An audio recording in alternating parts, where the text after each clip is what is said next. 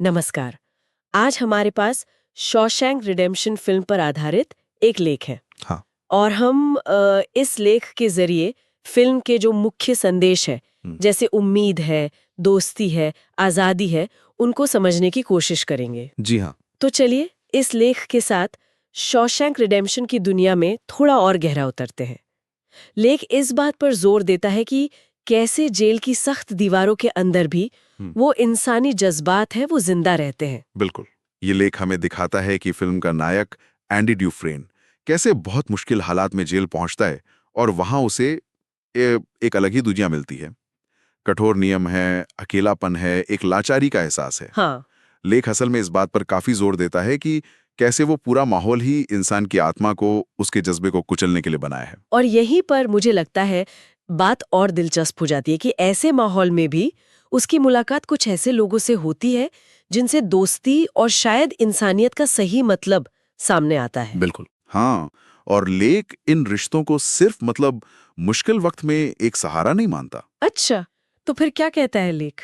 लेख के मुताबिक ये दोस्तियां, जैसे एंडी और रेड की दोस्ती है या एंडी का दूसरों की मदद करना, ये सब असल में उस अमानवीय सिस्टम के खिलाफ एक तरह की बगावत थी। बगावत? कैसे?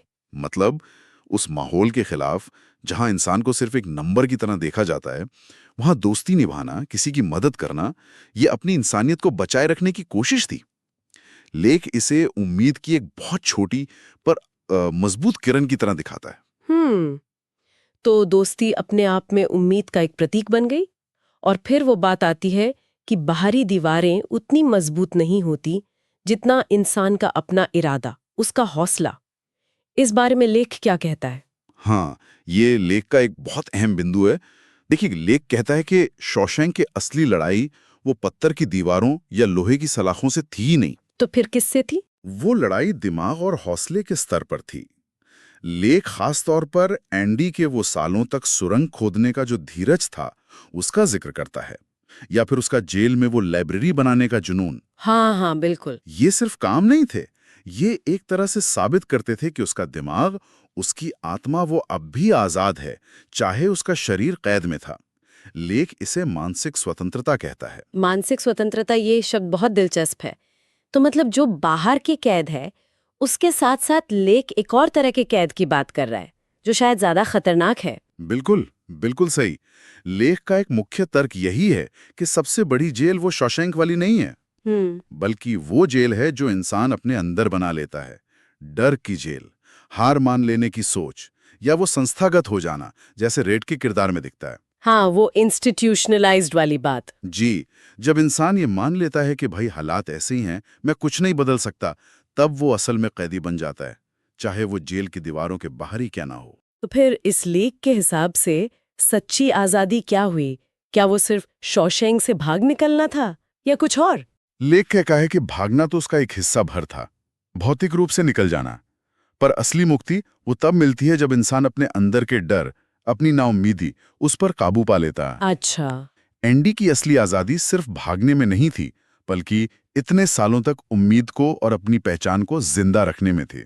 और रेड के लिए? और रेड के लिए, हाँ, असली आजादी पैरोल मिलने के बाद उस डर से बाहर निकलना था कि वो बाहर की दुनिया में जी नहीं पाएगा।